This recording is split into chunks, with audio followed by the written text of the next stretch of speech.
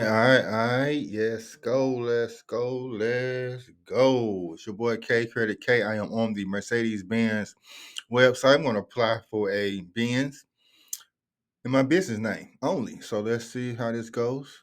First time doing this on the website. Usually I go into the Mercedes Benz dealership or any dealership. Never, got a Benz on my business credit, but I do have a Ford Transit van and another Kia that I got through business credit only. All right, so we got that so far, and I don't even know what I want. Let's get a 22. Shit.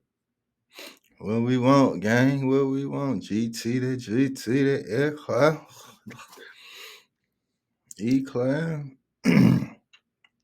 C class, A class.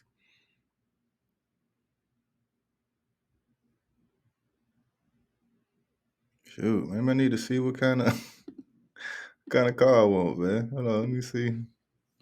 Let's pause this for a second, guys. Let's pause this. All right. So after a little research, I'm back and I just figured out the one I want. It's the GLC, I think.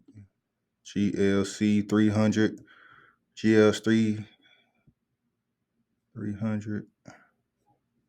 GLC. There we go. GLC 300. 4MATIC. A couple of versions.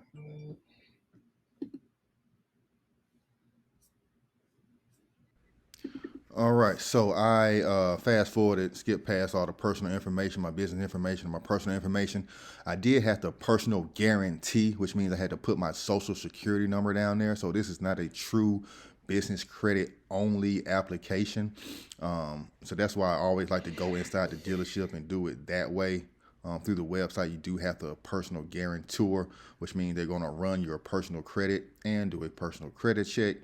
And I did get an inquiry on my credit report. Now, I do have a couple of vehicles on my credit and some debt on there. So that did play a part in my approval, or in this case, the denial process.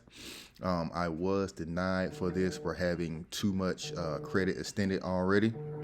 So I was not able to purchase the van through the business with the personal guarantor.